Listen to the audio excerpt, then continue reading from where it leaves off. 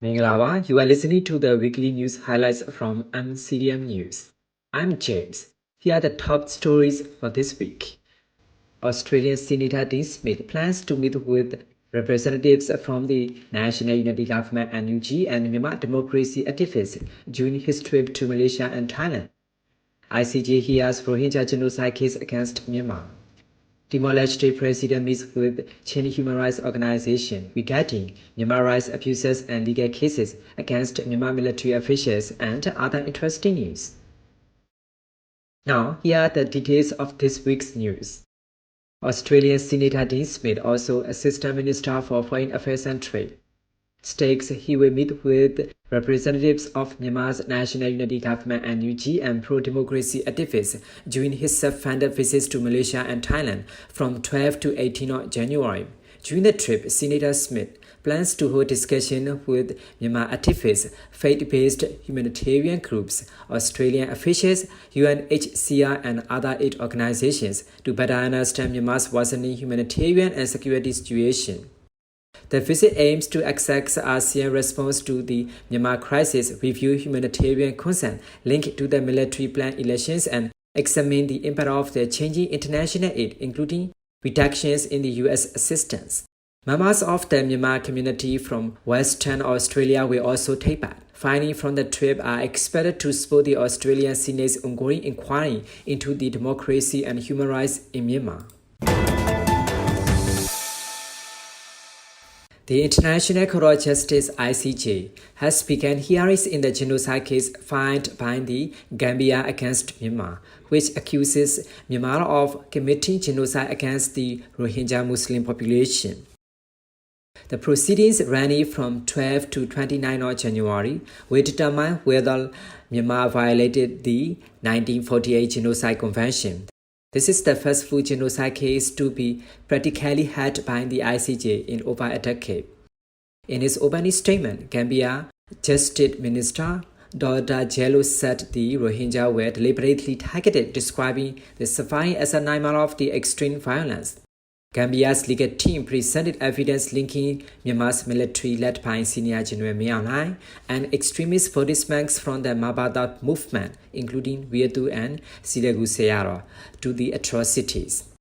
The court also had detailed accounts of the mass rape, mutilation and killings of the children. Myanmar's military appointed delegation led by Ugo Golai is set to respond on 16 January, denying the genocide allegations and claiming the operation in Rakhine State were legitimate security actions.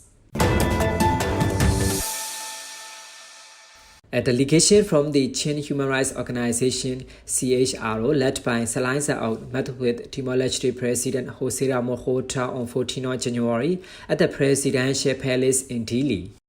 The hour-long meeting focused on the human rights abuses by the Myanmar's military junta, including systematic attacks on civilians and airstrikes targeting hospitals, schools, and churches. The CHRO delegation also discussed a legal case filed in Delhi against 10 Myanmar military officers from crimes, including the 2022 Matupi massacre, which killed 10 people, including a journalist and a child, as well as targeted killings of religious leaders. Salai said the meeting offered hope that justice may be achieved outside Myanmar, even when it remains abstract within the country.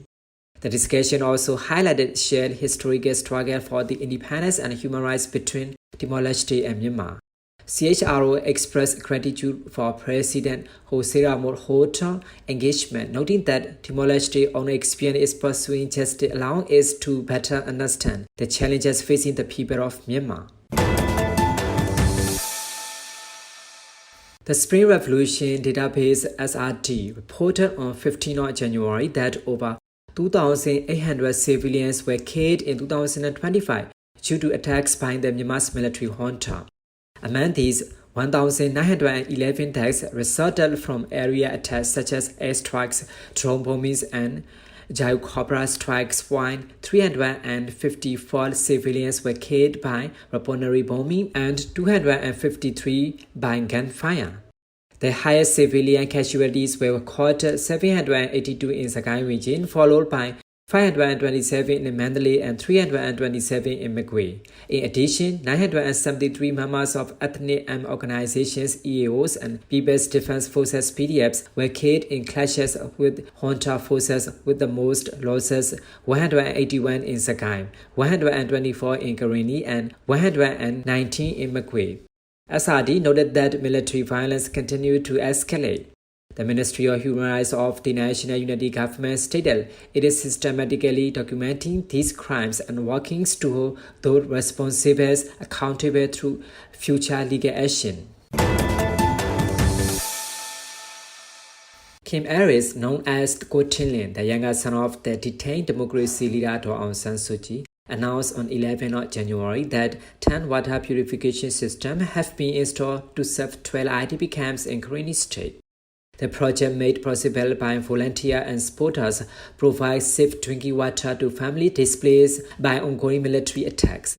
Kim Aris highlighted that access to clean water is not only essential for health, but also crucial for human dignity, hope, and survival. He added that his imprisoned mother would be proud of this support reaching those in need, noting, "Freedom does not only mean being released from prison. Living with dignity, safety, and care is also a form of freedom."